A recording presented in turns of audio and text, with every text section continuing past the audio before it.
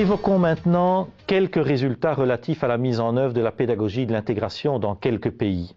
Et je vais surtout m'arrêter à des résultats qualitatifs. Je dirais un petit mot des résultats quantitatifs, mais je vais surtout m'arrêter aux études qualitatives qui ont eu lieu.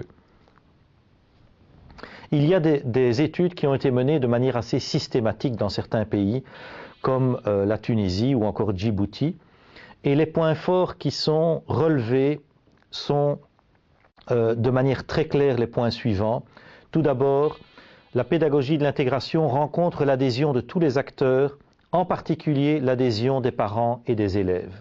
Ça, je crois que c'est quelque chose qui n'est pas nié, l'adhésion des enseignants également. Dans tous les pays qui pratiquent la pédagogie de l'intégration, je suis toujours frappé du niveau d'adhésion des enseignants à la pédagogie de l'intégration. Et ma lecture des choses, c'est que d'une part, la pédagogie de l'intégration valorise l'enseignant, valorise l'élève, parce qu'elle donne sens, elle finalise l'ensemble des apprentissages, mais aussi parce que la pédagogie de l'intégration prend l'enseignant là où il est. Elle s'adresse à tous les enseignants et partent de là où ils sont. Et à mon sens, c'est l'explication principale de ce haut niveau d'adhésion des acteurs. Deuxièmement, la pédagogie de l'intégration fait progresser tous les élèves forts et les élèves faibles. Et donc, il y a un gain pour tout le monde. Troisièmement, elle sécurise les enseignants qui très vite observent des changements chez les élèves, mais qui peuvent aussi introduire l'innovation à leur rythme.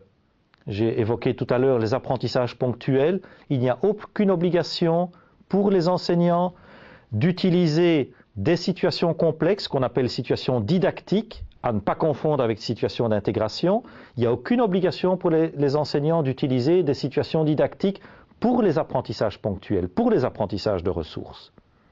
Et donc on commence par les apprentissages, par les situations d'intégration, et puis progressivement, on donne l'occasion aux enseignants de s'habituer à utiliser des situations complexes aussi pour mener les apprentissages de ressources. Quatrièmement, ce type d'approche procure un grand pouvoir diagnostique et de discrimination. Très souvent, les activités de remédiation, les activités de soutien sont faites un peu au hasard parce qu'on ne dispose pas d'outils fins et d'outils fiables pour localiser les difficultés que rencontrent les élèves.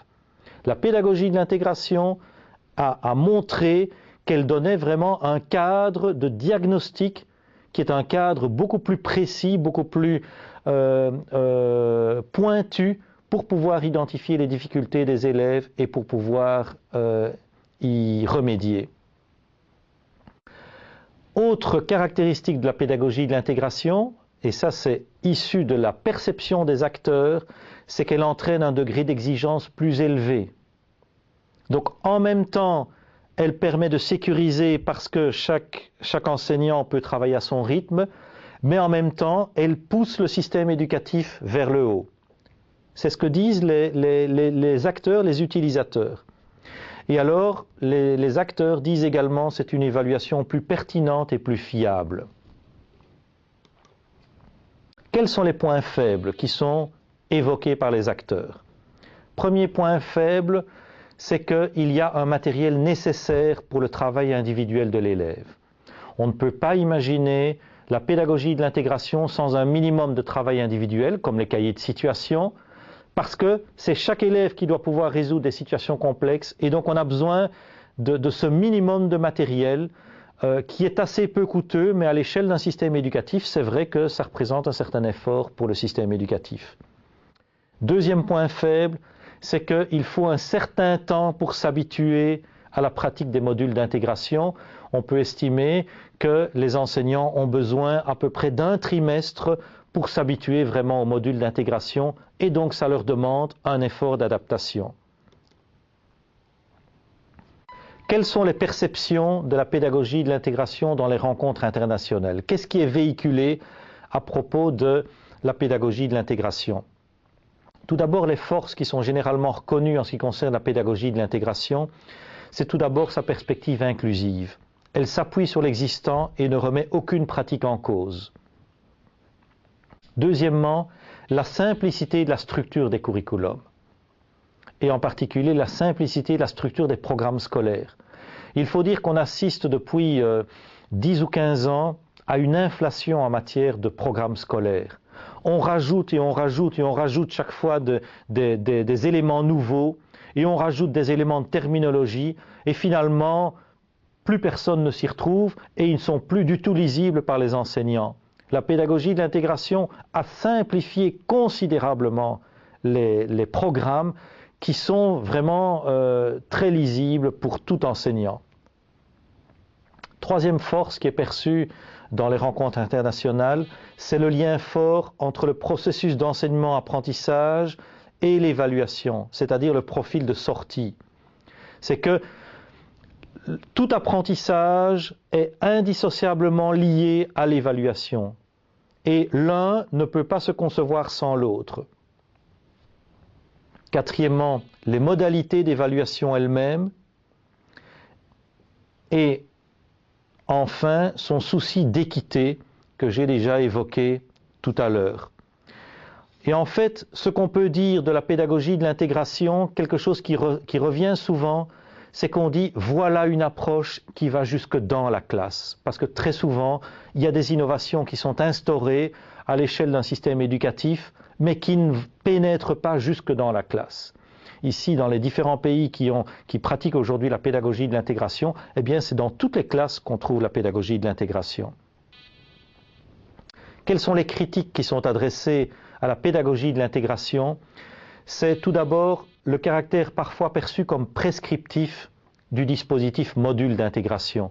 On pose la question, mais pourquoi avoir un dispositif aussi contraignant avec 5 semaines d'apprentissage ponctuel, 2 semaines d'intégration? Je l'ai déjà évoqué, mais je voudrais le redire peut-être en d'autres mots.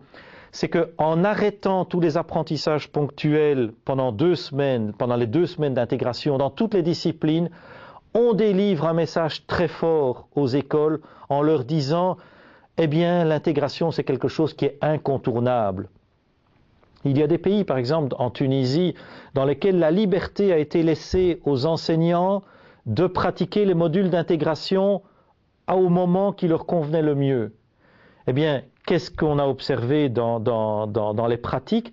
Eh bien, c'est que une petite partie des enseignants seulement pratiquaient effectivement les modules d'intégration. Tandis que dans d'autres pays, en installant ce système apprentissage ponctuel et module d'intégration, tous les enseignants sont contraints d'apprendre à pratiquer l'intégration, mais après, ils peuvent se distancier de cette structure qui est une structure, je comprends qu'on dise qu'elle soit contraignante, pour alors introduire l'intégration dans ses pratiques quotidiennes et donc mettre en œuvre l'esprit de l'intégration au quotidien. Et c'est ça, pour moi, l'évolution qu'on devrait constater dans tous les systèmes éducatifs. Et alors, il y a une autre critique qui est adressée par certains chercheurs, mais je dirais qu'ils sont certains tenants d'une approche par compétence pure et dure, dans une vision socio-constructiviste, à mon sens, un peu étroite, qui est de dire on ne peut pas concevoir l'APC sans prendre distance catégorique avec la PPO. Personnellement, je ne suis pas d'accord avec cette manière de considérer les choses et je crois au contraire qu'il faut plutôt essayer de se reposer sur les acquis de la pédagogie par objectif pour faire évoluer les pratiques. Mais je pense que c'est nécessaire de livrer en toute honnêteté les critiques qui sont adressées, même si, personnellement, je ne suis pas tout à fait d'accord avec certaines critiques qui sont adressées. En ce qui concerne les études quantitatives, un certain nombre d'études quantitatives ont été menées dans plusieurs pays, comme par exemple comme le Cameroun, comme Madagascar, comme la Tunisie, comme Djibouti, comme le Gabon. D'autres études sont encore en cours, des études nationales ou des études internationales. Qu'est-ce qu'on peut retirer essentiellement de ces études quantitatives? Eh bien, c'est tout d'abord qu'il y a un gain quantitatif pour les élèves qui pratiquent la pédagogie de l'intégration. Ce gain qui a été chiffré dans plusieurs études qui tournent toujours autour de 2,5 points, 3 points sur 20. Deuxièmement, un gain qui est plus important pour les élèves plus faibles. Donc là où des élèves plus forts vont gagner 1,5 point, les élèves plus faibles vont en gagner 3,5 ou 4 points sur 20. Donc une meilleure équité. Et alors un résultat qui est significatif aussi, et ça a été mis en évidence dans l'étude qui a été menée en Tunisie et qui comprenait à peu près une base de données de 5000 élèves, c'est qu'il y a une plus grande permanence des acquis des élèves dans le temps. Vous savez qu'il y a un phénomène que les pédagogues connaissent bien, qui est que au retour des vacances scolaires, il y a une perte des acquis des élèves qu'on peut chiffrer à 20 ou 25%. Eh bien, cette perte a été mesurée dans un échantillon témoin, mais aussi dans un échantillon expérimental d'élèves qui pratiquent la pédagogie de l'intégration. Et en Tunisie, ils ont montré que cette perte, au lieu d'être de 20 à 25%, diminue à 15 à 20% dans certaines matières, mais elle est moins de 5% dans d'autres matières. Et donc, on peut dire qu'avec la pédagogie de l'intégration, il y a une permanence des acquis, il y a une mobilisation potentielle des acquis à beaucoup plus long terme que dans l'approche traditionnelle. Voilà donc les caractéristiques de la pédagogie de l'intégration et les résultats principaux des études qu'il me paraissait intéressant de mentionner. Bien sûr, je crois qu'il est important de dire qu'il est nécessaire de continuer à mener des études à la fois qualitatives et quantitatives. Et je pense que, d'après les contacts que j'ai eus ici au Maroc, c'est le souci également de mener un certain nombre d'études pour pouvoir réguler le processus d'expérimentation qui est en cours.